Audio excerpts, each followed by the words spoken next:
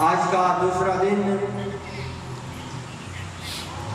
माघ महीना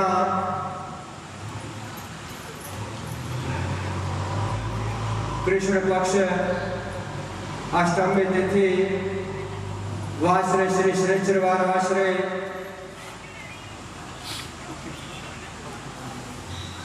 को साक्षात करते हुए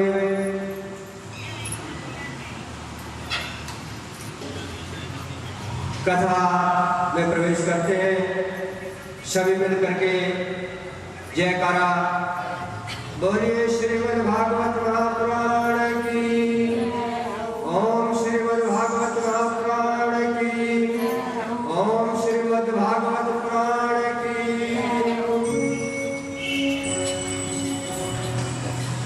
तो कल की कथा के अंदर सुनाया गया था आपको। सबसे पहले तो यहाँ एक संदेश है जो हमें करना है।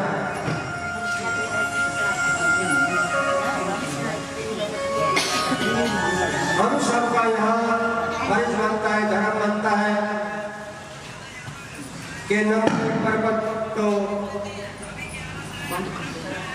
शौर्य शौर्य सदा मंगला मंगला सद बुद्धि बुधोश्च गुरुताम शुक्रम शुभम शमशनि। कल शुक्रवार का दिन था और शुक्र देवता से प्रार्थना की गई कि शुक्र बनाए रखना प्रभु। शुक्रम शुभम शमशनि, शनि देवता का दिन आज। शनि खबर सरस्वती हैरित एंगेज ऐसी खबर। भगवान शनि देवता से प्रार्थना। शन मंगला मंगला सद्बुद्धि बुधोश्च गुरुताम शुक्रम शुभम शनि। राहु बाहु बलम, राहु जो केतु है वो भुजाओं का बल। केतु कुल शौरति नित्याम प्रीति करा भवन्तु भवन्ते सर्वनुकूला ग्रह। नौग्रह देवताओं से प्रार्थना हर दिन। कल शुक्र देवता से, आज शनि देवता से प्रार्थना करते हुए और कल पहले चक्र का ध्यान, ये बात ध्यान रखना, मंदिर में आए हो और जहां तक आवाज बाहर हो, एक एक बातें लिख लेना, प्रमाण के साथ आपको दी जाएंगी। कोई किसी प्रकार का संशय हो तो वह पूछ सकता है, किसी बात की मनाही नहीं है। और पहला चक्र जो रीढ़ की हड्डी के अंदर पहला चक्र है वो धरती माता से बना हुआ है। जिस भूमि पर बैठे हैं हम, वैसे तो भूमंडल के अंदर कोई देश विदेश नहीं आता, क्योंकि भू का इतना विस्तार है भूमंडल का। ये तो देश विदेश तो बाद में बटा, उससे पहले भू माता है, धरती माता है, जहां पर हम अपना आसन लगाते हैं, चलना फिरना करते हैं, देखना सोचना समझना और प्रक्रिया इसी में से पैदा होता है। संसार का भोजन हो, जीव हो, जंतु हो, सभी प्रकार का इसी में से पैदा होता है। अन्न धन देने वाली धरती माता सबको धन और भोजन है। इससे ये पहला चक्र जो है वो धरती माता से मिलता जुलता उसका दूसरा रूप समझो। जब हमारा पहला चक्र ठीक ठाक से कार्यरत है तो दूसरे चक्र में प्रवेश करेंगे। कल की कथा में पहला चक्र था, आज की कथा में दूसरा चक्र बनेगा स्वाधिष्ठान चक्र। वो चक्र नाभि के ठीक मध्य में होता है स्वाधिष्ठान चक्र, और वो प्रतीक है जल देवता का। हमारे शरीर के अंदर 70% जल का अनुमान लगाया गया, और इसी प्रकार भूमंडल पर जितना भी विस्तार है उसमें भी 70% जल का अनुमानित है। तो दूसरे चक्र, पहला चक्र हो गया, दूसरा चक्र हो गया। सबसे पहले तो हमें शरीर को स्वस्थ होगा, मजबूत होगा, हिम्मत होगी, हौसला होगा, कथा सुनेंगे, मंदिर में जाएंगे, तीर्थों पर जाएंगे, कहीं भी जाना हो तो हमारा शरीर सबसे पहले स्वस्थ मजबूत होना चाहिए। मन एकाग्र रखने का उपाय, जतन हर समय बनाना चाहिए उसको।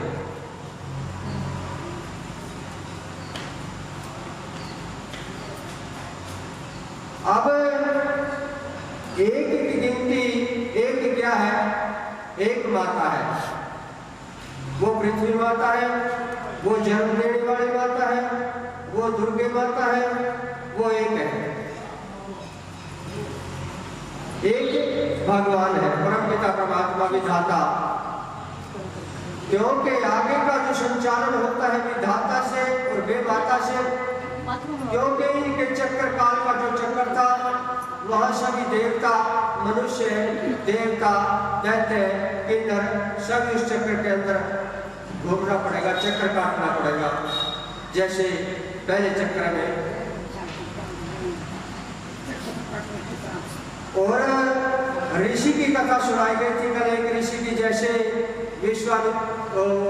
वशिष्ठ जीव की कि राम के पुरोहित बने, और एक गांव की कहानी, अपने गांव की कहानी लेकर चलिए। एक बुराई को पहले दिन छोड़ के चलना है, बुराई इसी की चर्चा चुगली छोड़ दो। सबसे पहले तो एक बुराई पहले दिन छोड़ दो, चर्चा चुगली आज के बाद किसी की नहीं करेंगे। आमने सामने जो बातें होंगी, अपना दुख होगा, अपना सुख होगा, वो बतला लेंगे, लेकिन उसके बाद चर्चा का विषय नहीं बनाएंगे समाज के अंदर। क्योंकि चर्चा का विषय जब बनाते हैं तो इसमें शरीर की एनर्जी है जो वो बाहर निकलती रहती है, उसका कोई फायदा नहीं लगता। हम एनर्जी को बर्बाद करते रहते हैं, नहीं करने चाहिए, संभाल कर रखनी चाहिए। एक एक शब्द बिल्कुल समय आने पर वो शब्द आपके काम आएंगे। व्यर्थ की चर्चा से बचो। एक गुण ग्रहण करना है पहले दिन का, एक बुराई छोड़नी है, एक गुण ग्रहण करना है। कौन सा गुण ग्रहण करना है? प्रेम का गुण पहले दिन ले लो। 2.5 अक्षरों का प्रेम है। एक बुराई छोड़ दी, एक प्रेम ले लिया। उसकी जगह बुराई छोड़ी हमने, तो उसकी जगह आपको कुछ न कुछ मिल गया, एक प्रेम ले लो उसकी जगह। वो प्रेम 2.5 अक्षरों का है, पैर, आधा है और मैं। ज्यादा बड़ा नाम नहीं है, कोई मंत्र नहीं है, कोई शास्त्र नहीं है। और ये वो प्रेम है जिसको संसार अपने शरीर को पार कर सकता है, अपने परिवार को पार कर सकता है, अपने आसपास को पार कर सकता है, समाज को पार कर सकता है, और यहाँ पार होने के बाद वहां भी पार होएगा। तो यहाँ विचार आता है साधु राम जो कह गए, क्योंकि बड़े ऋषि मुनि हुए समाज के अंदर, अनेकों जिन्होंने समाज के लिए अपना योगदान दिया, बलिदान दिया, तो उनकी व्यथा गाथा जो भुलाई नहीं जाएगी। हमसे बेहतर कहने वाले, तुमसे बेहतर सुनने वाले आज से पहले भी बहुत आए और आगे भी आते रहेंगे। ये मत बोलना कि हम हैं आज तो और कोई नहीं होना चाहिए। हम चाहेंगे तो जरूर होना चाहिए, क्योंकि ये सृष्टि का नियम है और संसार का विधाता का जो दिल है वो होना चाहिए, समय परिवर्तन होना चाहिए। तो प्रेम नहीं उतरागे पार है जो दिल में प्रेम नहीं। पार उतरने का परिवार के अंदर, समाज के अंदर सिर्फ एक ही उपाय बतला गया, प्रेम। प्रेम नहीं, प्रेम नहीं, नहीं उतरांगे पार जो दिल में प्रेम नहीं।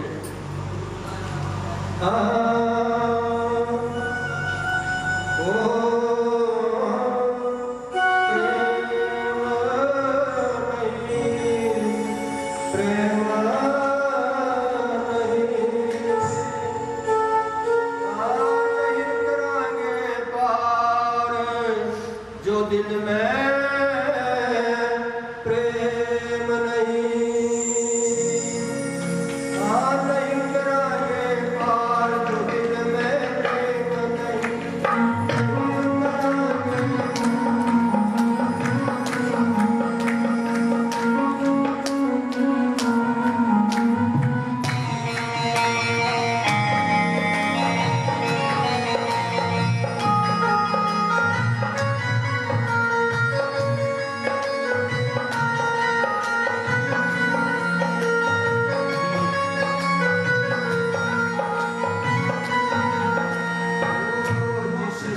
प्रेम की जोत जगाई,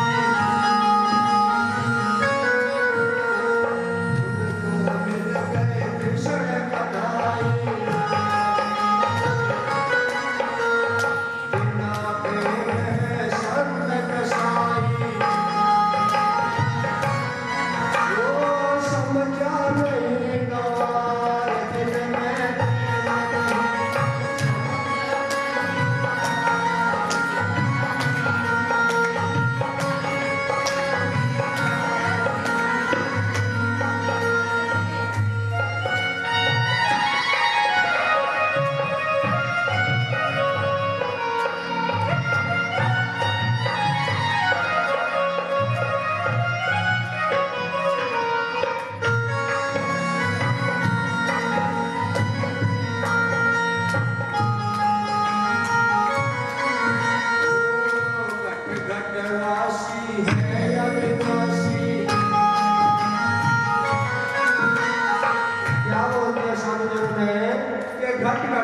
घट क्या होता है? ये शरीर भी एक घट है, और जिसके अंदर जल भरा जाता है वो भी एक घट है। घट घट वासी है अविनाशी, किया जो मेरा नाट 84। मोह माया की क्या अड़चन है? इसके अंदर क्या अड़चन है?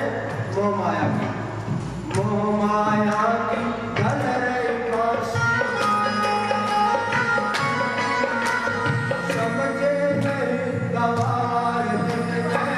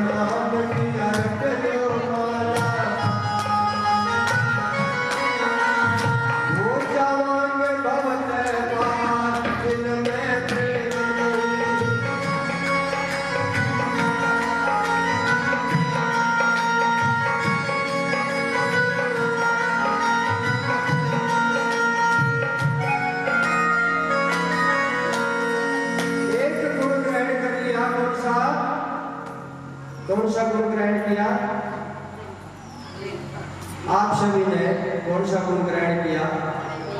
सारे ने बोलना है। करोगे? भगवान से करो, परिवार से करो, पति से करो, सासू से करो, प्रेम करना, ये गुण ग्रहण कर लेना, बाकी का जीवन आप सफल होता चला जाएगा। आगे की चिंता मत करना, उसकी गारंटी ये शास्त्र देता है, साधु महात्मा देते हैं, आपको इसमें गारंटी लेने की जरूरत नहीं है। गुण ग्रहण को बुराई छोड़ो, गुण ग्रहण करो। और मंत्र जाप, मंत्र जाप यहाँ मंदिर में आते हो, बैठे कहाँ है? शिव मंदिर में। इसके अंदर सबसे पहले विराजमान भगवान भोलेनाथ थे। जब देखा शांतिगिरी बाबा महाराज छोटा सा कटरा होया करता अपने साइड में, गुरुजी माइक पर मंत्र बोला करते थे। आरती जैसे ये लिखी हुई है सभी आरती माइक में बोली जाती थी गुरु शांतिगिरी जी के टाइम में।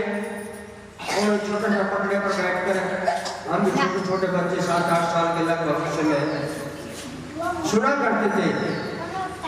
उमापति महादेव सभी बात पूरे, लपेटे जटाजूट खावे जतूरे, चढ़े शीश गंगा भुजंगा विराजे रहे देवनागा सभी काम साजे, कैलाश रहना है शिव चंद्र बोले भौलेन्द्र माते गुप्तो जलहरी, कारण शंभो भव प्यारे तुझे शंभो मुझे कौन कारी, भेजी हे वज्रेश्वराथ बद्री केदार वश्वेश्वरा, ओंकाले कमलेश्वर हरिहरंभा काले मल्लिकार्जुनम, ध्याये त्र्यंबक शोभनाथम निशम्य एकादशी ओम नमो, देवं चंद्रकलाधरम हरिधरम कर्मा कपालधरम, गौरीकायधरम त्रिलोचनधरम रुद्राक्षमालागलम, गंगारंग तुरंगम पिंगल जटाजूटम श्री गंगाधरम। कम से कम 1 घंटे की आरती बाबा निहालगिरी में और यहाँ भी मंदिर में दोनों डेरे समान रूप से पूजे जाया करते और दोनों बाबा भी समान रूप से पूजे जाया करते। लेकिन उनका थोड़ा थोड़ा महत्व, वो बाबा जो शांतिगिरी थे वो बरताने वाले थे, भंडारा लुटाने वाले थे। एक बार बतावे हरिद्वार के अंदर इनका बाबा भाई रत्न कोष होता है इकट्ठा करने का, तो बाबा शांतिगिरी को उसका कुछ दिन के लिए वो बना दिया। तो उसने तो अपना टिकाना शुरू कर दिया क्योंकि देना लुटाना चाहते थे लोग। ऐसे त्यागी बाबा जिन्होंने मंदिर को संभाला और आज भी मंदिर एक व्यवस्था बनने को जा रही है। हम सभी ने इसमें मिलकर के सहयोग देना है, तो उनका बड़ा पाय वो उठाना है। फेंकना तो बिल्कुल नहीं है, या मंदिर की बाउंड्री के अंदर कोई भी ऐसी वस्तु न फेंके, कोई भी मंदिर के अंदर ऐसी वस्तु न फेंके जो गंदी लगे, पड़ी हुई लगे, सड़ी हुई लगे, उसको उठाओ। यहाँ आने के बाद हम भी उठाएंगे, हमारा फर्ज बनता है, आपका भी फर्ज बनता है कि मंदिर में साफ सुथरा रखें, स्वस्थ रखें और आगे ऐसी व्यवस्था बनाएं कि यहाँ वेद विद्यालय का निर्माण हो, बच्चे पढ़ने का कोई स्थान बने, गौ माँ का 1-2 दूध पीने के लिए, ताकि बच्चे गुरुकुल के रूप में इस मंदिर में व्यवस्था बनी जा सके। मंदिर का विस्तार बहुत है, जगह बहुत है मंदिर के अंदर, लेकिन करने का कुछ थोड़ा थोड़ा कार्य करेंगे तो सभी काम आसान हो जाएंगे। 1 के बस का, 10 के बस का, 50 के बस का काम नहीं है, क्योंकि इस गांव ने जब तय दिन से कार्य किया था इस मंदिर के अंदर, तो आज आसपास में गिनती में आते हैं कि बड़ा अच्छा मंदिर है, शानदार मंदिर है। तो ये गांव की शोभा है और बाहर वाले ये है कि आपने गुण इसीलिए गाते हैं क्योंकि अच्छा स्थान को मिले, बैठने के लिए व्यवस्था, चाय की, पानी की, सोने की, साधु महात्मा आए तो उनको व्यवस्था मंदिर के अंदर होनी चाहिए। आश्रम नाम आश्रय का है, जहाँ आश्रय मिल जाए उसको आश्रम कहते हैं, भले गुरुद्वारा क्यों ना हो, लेकिन जहाँ आश्रम मिले वो आश्रम है। अब आचार्य पूजा पाठ के अंदर जिसका नाम आचरण है, आचरण शुद्ध है जिसका, तो वो आचार्य है, न कि कहीं मोहर लगाई जाती इसकी। डिग्री लेकर के भी आचार्य फेल हो जाते हैं, लेकिन आचरण कभी फेल होने वाला नहीं है। तो एक मंत्र का जाप पे बात चली थी, आपने मंत्र जाप कौन सा करना है? यहाँ शिव मंदिर है, ओम नमः शिवाय, ओम नमः शिवाय, हरि ओम नमः शिवाय। सिर लगा के रखना, हरि ओम नमः शिवाय, हरि ओम नमः शिवाय।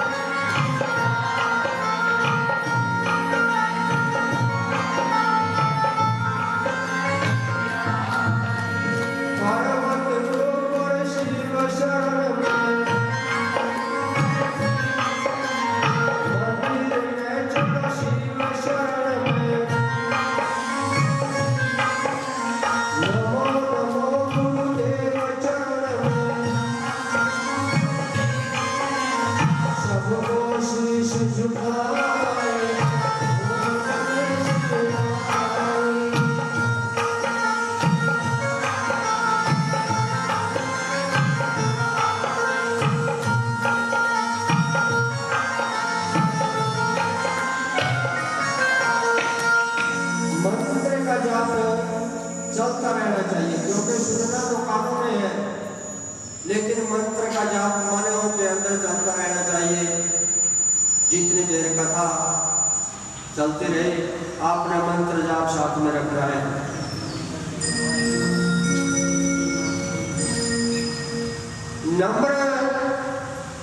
पहले नंबर में भगवान, ऋषि, गांव, बुराई और गुण, और ये छठा नंबर आ गया मंत्र जाप। और सातवां क्या काम करना है? किसी भी पौधे का,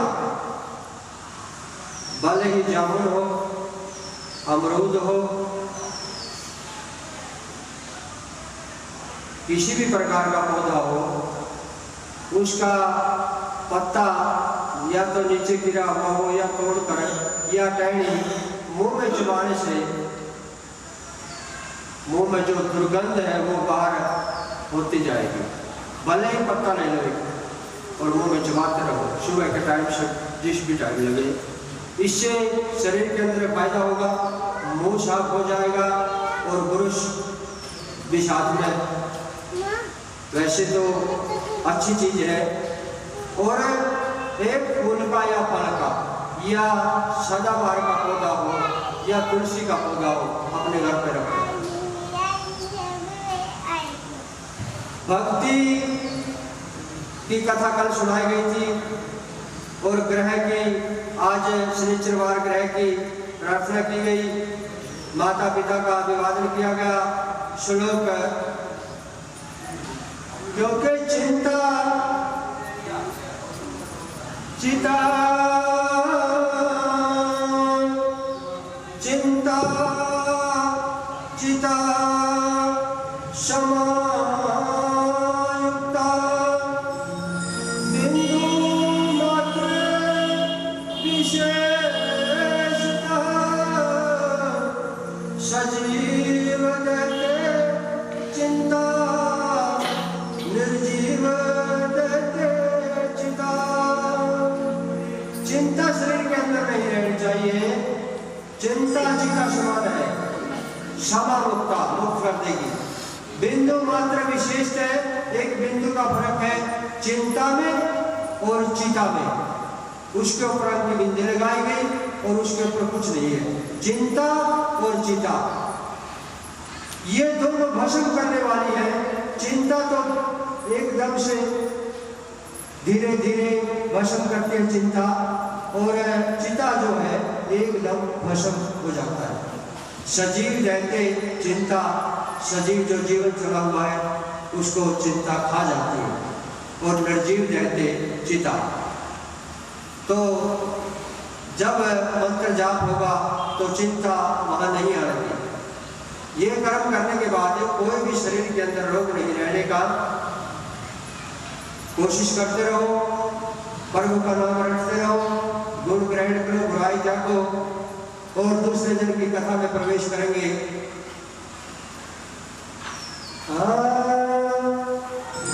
एक आत्मदेव नाम का ब्राह्मण पत्नी उनकी दुर्दली थी। धनार्थ धर्म मार्गे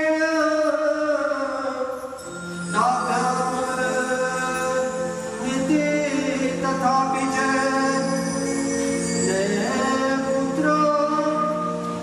पुत्री वातता चिंता मथुरो वृषम। धनार्थ धर्म मार्गे धन भी था, धर्म मार्गे धर्म का आचरण करने वाला, मार्ग पर चलने वाला था। दाभ्याम नीति तथापि कुछ कर्म परमात्मा के सहयोग से, कर्म से, न्याय तो उनका पुत्र था, न्याय पुत्री थी। चिंता तुरो भीषण, चिंता लगी हुई थी। इसके आत्मदेव नाम का जो ब्राह्मण था उसके चिंता थी। एकदा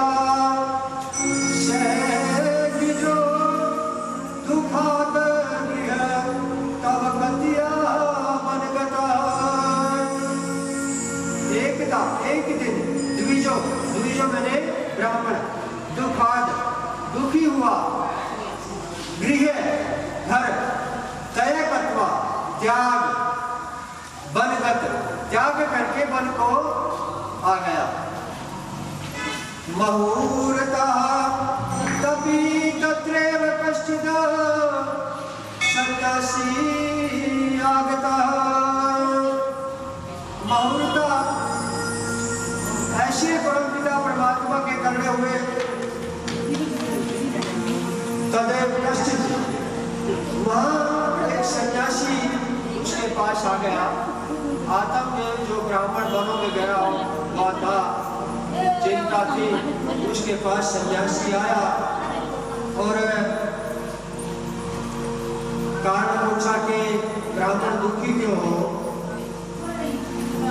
उन्होंने व्यथा सुनाई।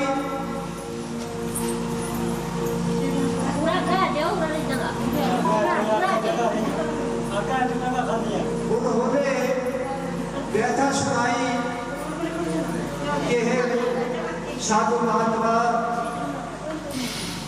हमारे कोई संतान नहीं है, न पुत्र है न पुत्री है,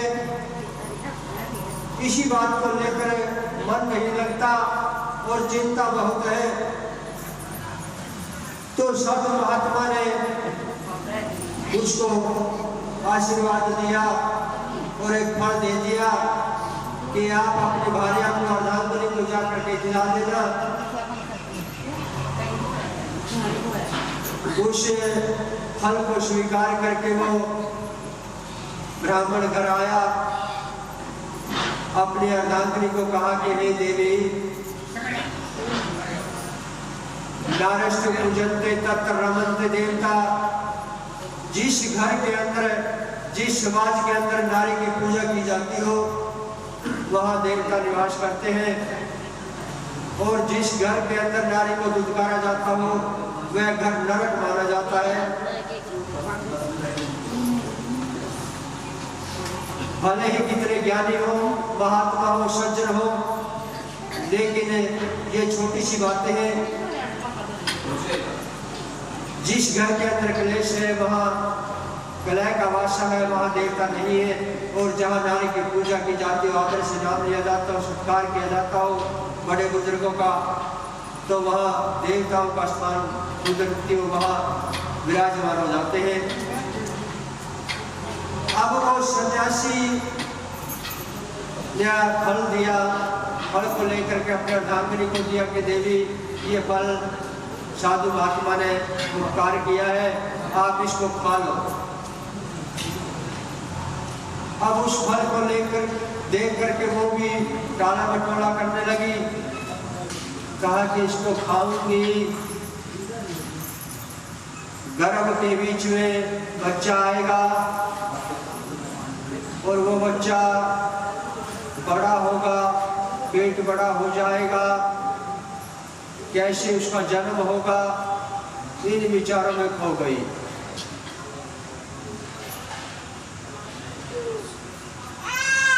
और वो फल गौ माता को दे दिया कि ले गौ माता, मेरे तो बस का काम नहीं हो। उसकी बहन थी, उसको धन दे दिया, कहा कि आप के जो संतान होगी वो मेरे को दे देना, मैं आपको इसके बदले में धन दे दूंगी। उसको धन की जरूरत थी, उसको संतान की जरूरत थी, उसने धन ले लिया। कुछ दिनों बाद बच्चे का जन्म हुआ उसकी बहन के यहाँ, तो उसको लेकर आई और उसने अपना रूप दिखाया ब्राह्मण को कि इसके पेट के अंदर बच्चा है, गर्भवती है। तो ऐसा पर्दा डाला आंखों पर,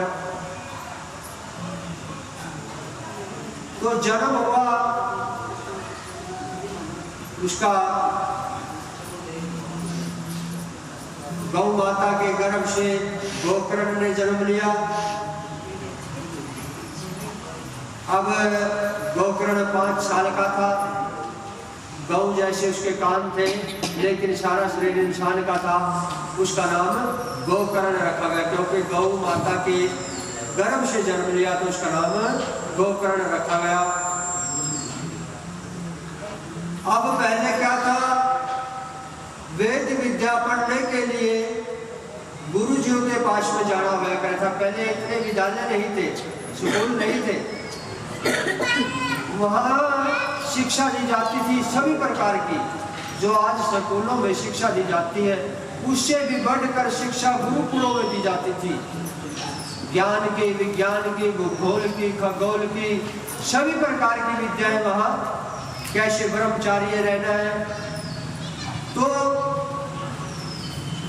16 संस्कार जैसे गर्भ के अंदर बच्चे पेट में आता है, माता के गर्भ के अंदर है, तो उसे गर्भाधान संस्कार, पहला संस्कार गर्भाधान संस्कार। नंबर 2 पे पुष्पन, वो भी गर्भ के अंदर पुष्पन संस्कार। नंबर 3 पे शिप्तोनयन, वो भी संस्कार पेट के अंदर। जात कर्म, फिर नामकरण,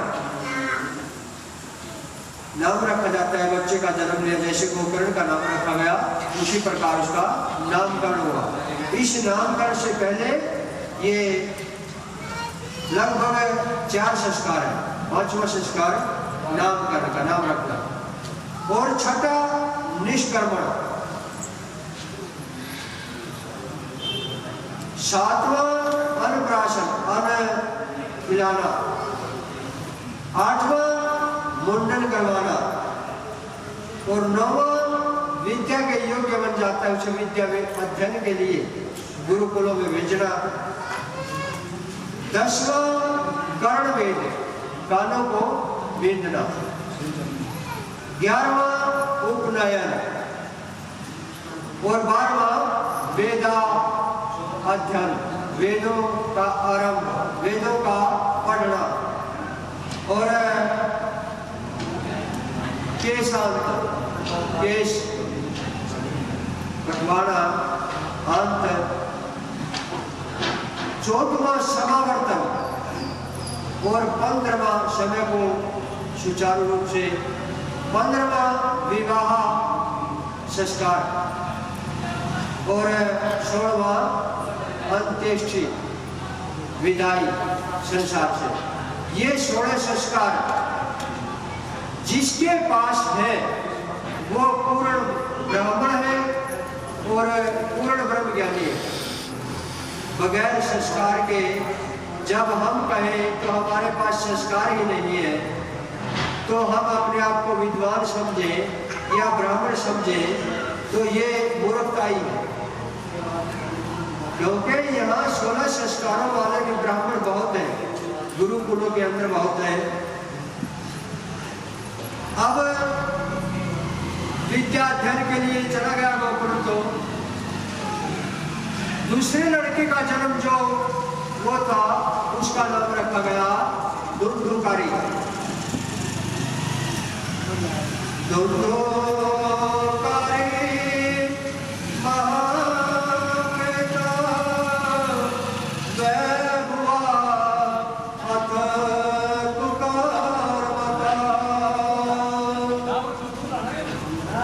क्योंकि इंसान के कर्म सज्जन बनाते हैं और इंसान के कर्म ही दुर्जन बनाते हैं।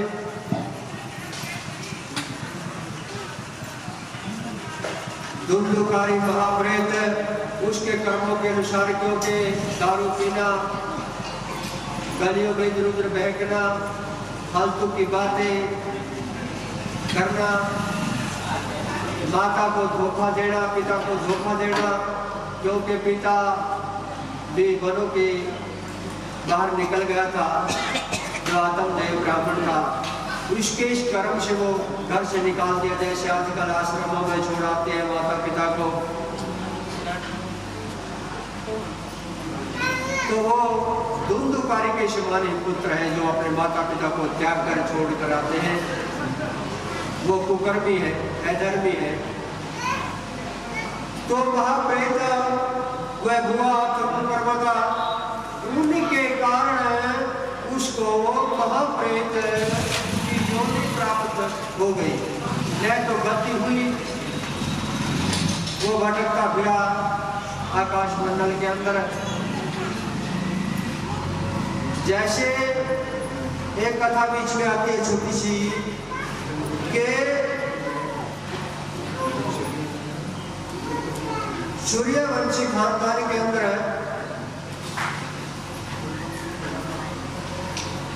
कपिल मुनि ने सगर के 60,000 पुत्रों को अंजलि के द्वारा वसूल किया। तो वो भी ऐसे अंतरिक्ष में भटक रहे थे। उसी प्रकार ये महाप्रेत हुआ अर्थ कुकर्मता है। और कुछ दिनों के बाद प्रेतवाचा धुंधुकारी विद्या पढ़ करके आए, अपने घर में रात को विश्राम किया। सोए हुए थे, प्रेतवाचा प्रेत बोला, गया श्राद्ध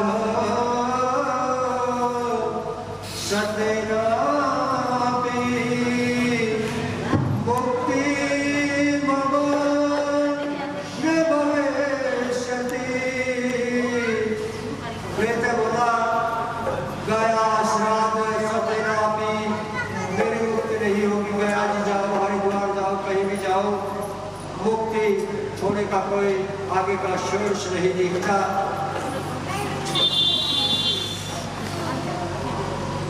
श्री सूर्य का वचन, सूर्य नारायण भगवान ने उसको कहा था, श्रीमद् भागवतान सप्ताह वाचनम कुरु। श्रीमद् भागवत सप्ताह वाचना सुनना, और वाचने वाले से सुनने वाले का ज्यादा महत्व है, क्योंकि वाचने वाला उससे कम अधिकारी माना जाता है। तो वह भी दुर्दुकारी ने अपनी भागवत कथा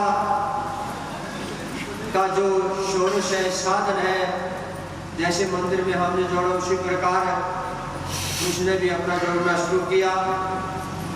कथा चली और वह बुरे तत्व से आजाद की दिशा में श्रवणम कृतम सर्वा किंतु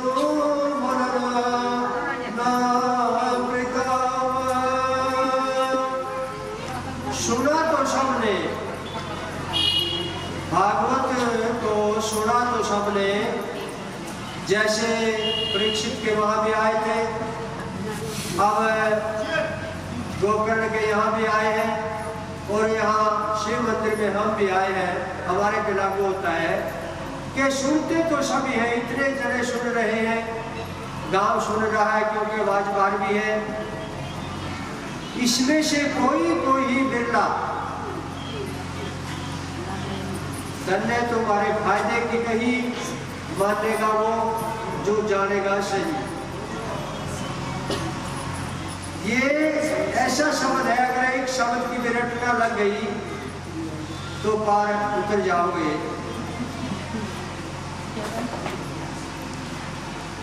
एक छोटी सी कहावत बीच में, एक 60-70 परिवार का एक मोहल्ला था, छोटा सा।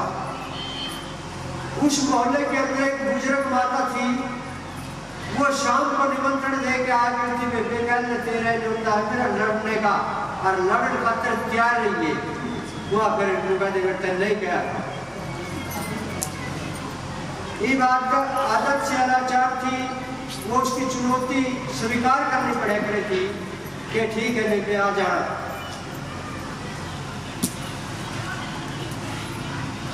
अब समय बीतता गया, एक परिवार के अंदर शादी थी और वो अपने शादी का जोड़ा नया नवेला उनके निमंत्रण दिया विकल होता है। श्याम ने जो सासू माता थी उन्होंने रोटी नहीं खाई, बहू के हाथ की, सवेरे भी नहीं खाई। बोले तो माता क्या बात है, आज तूने भोजन नहीं किया? बनाकर लाई आपके सामने रखा है कि बेटे मुझे भूख नहीं है बेटी, आप मन नहीं करेगा। कि माता क्यों नहीं, ऐसा क्यों? बोल रही है भोजन करो, या बातें बताओ, मेरे आने से तुम्हें कोई एतराज है या बुरा लगता हो तो मैं आप उपाय करूंगी, चली जाऊंगी, लेकिन आप भोजन करो या मुझे बातें बताओ। कि बेटी एक हमारे परिवार के अंदर बैठने वाली बूढ़ी माता है और वो निमंत्रण देके गई है। कोई बात नहीं माता, आप भोजन करो। अब वो बूढ़ी माता उस बैठने के लिए उस घर के अंदर गई। वो बहू दूर से ही निकल करके आई कि आजा दादी, बात उचकारे दादी के, और बैठने के लिए बूढ़ा दे दिया कि दादी बैठ यहाँ, दादी मैं चाय बना के लाती हूँ। तो दादी को चाय बना करके हाथों में दे दी। दादी कहती है कि मैं तो बेटी लड़ने के लिए आई हूँ, कि लड़ लेना दादी, मैं थोड़ी चाय बना लाऊं और 2 रोटी भी साथ में बना लाऊं। कि नहीं बेटी मैं लड़ने के लिए आई हूँ, कि लड़ लेना, आप जो सी भी लड़ाई आपको अच्छी लगे वो लड़ लेना दादी, लेकिन मैं चाय पीने के बगैर, बैठने के बगैर या खाने के बगैर मैं लड़ने वाली नहीं हूँ। अब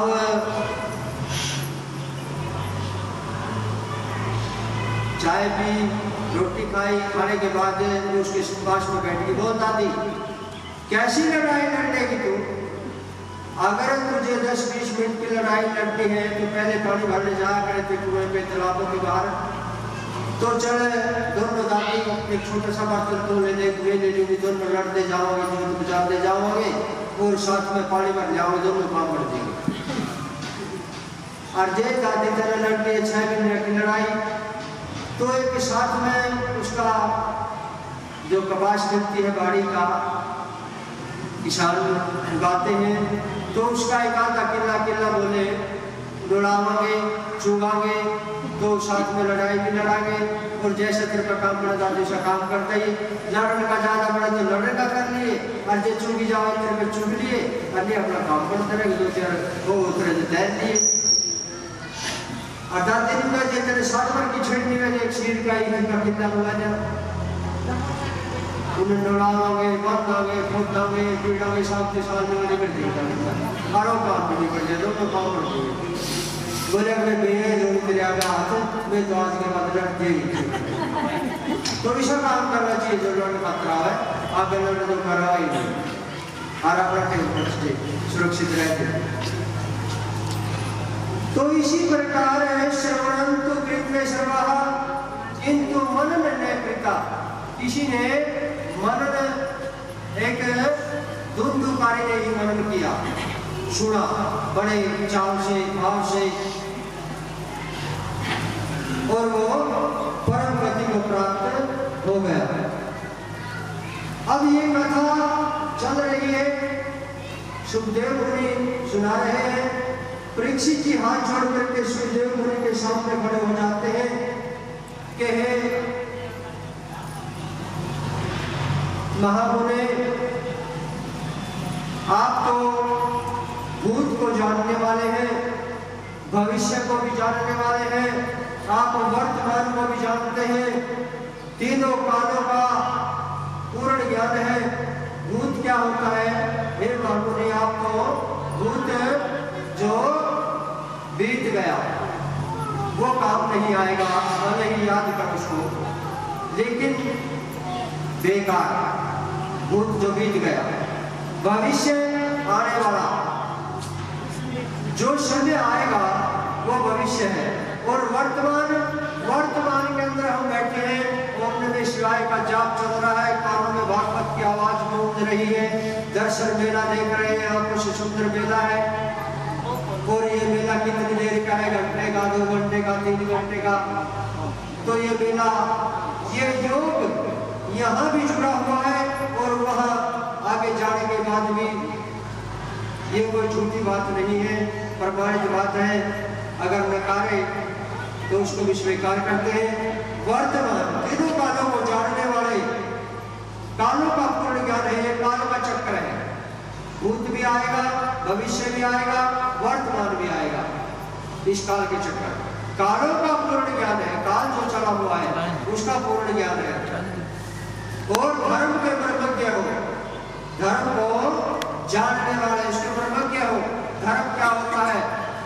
माता पिता के प्रति धर्म, पति पत्नी का धर्म, समाज का धर्म, जीव जंतु का धर्म। क्या धर्म है?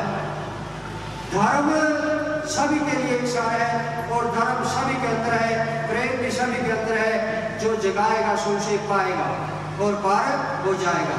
सबके पास सब चीज है, सब साधन है, कहीं जाने की पूछने की जरूरत नहीं है, सिर्फ जागृत करना पड़ेगा, उसको जगाना पड़ेगा।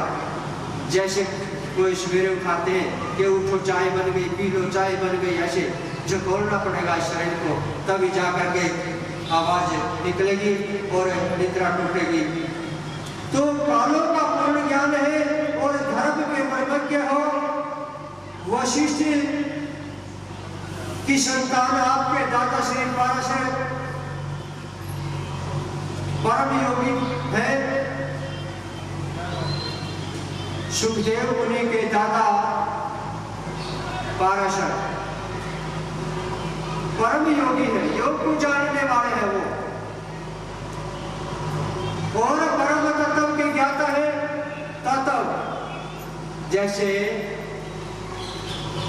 ओम तत्सत, ओम तत्सत, ये भगवान ने गीता के अंदर बार बार कहा। नमः शिवाय को वो भी चलेगा, विष्णु को हो वो भी चलेगा, कोई चलने की जरूरत नहीं है इनमें के नाम कौन सा ले, वो अच्छा है वो अच्छा है। इस अच्छे के चक्कर में मत रहना, क्योंकि नाम सभी अच्छे हैं, लेकिन रटना लगा दो बस। परम योगी है और परम तत्व के ज्ञाता है।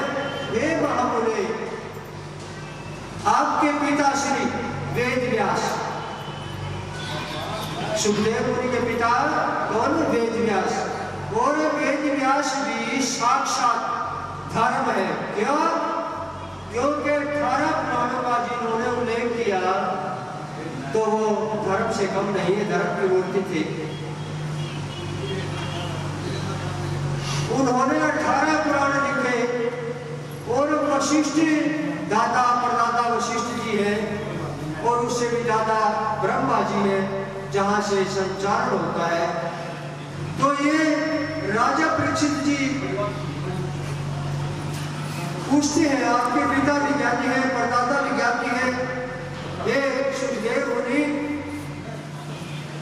ज्ञानेश्वरों में श्रेष्ठ भगवान के परम भक्त, राजा के वचन सुन करके, राजा परीक्षित के वचन सुन करके वो श्री सुखदेव जी बोले, श्री सुखदेव उवाच, हे नरपति, नर जो शरीर है वो नर का है, नारायण है भगवान, नर नारायण का जोड़ा है। हे नरपति, नर जितने भी आदमी थे श्रेष्ठ, उनमें नरपति इसलिए कहा जाता है पति को, पति मैंने परमेश्वर, तो नर श्रेष्ठ है। नरों में श्रेष्ठ उत्तम माने जाने वाले विचित्र हो यह संसार, क्या है ये संसार? बड़ा विचित्र है। हे नरपति, राजा परीक्षित को समझा रहे सुखदेव मुनि के बड़ा विचित्र है संसार। क्यों? हे राजन, भगवान की माया ने इस संसार की रचना करी, ब्रह्मा ने संसार को पैदा किया, और उसी की माया के वशीभूत होकर के, क्योंकि उसमें जीव को एक कमाने का जरिया, भाई बहन का नाता, पति पत्नी का नाता, इस बंधन के अंदर थोड़ा माया के अंदर बांध दिया। अगर नहीं बांधते तो कोई किसी को नहीं पूछता था।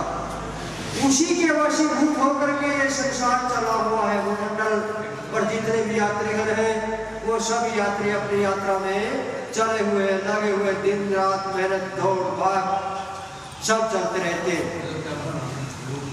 और उसी की माया में विलीन हो रहा है। ये संसार पैदा भी हो रहा है, चल भी रहा है, और गया हुआ भी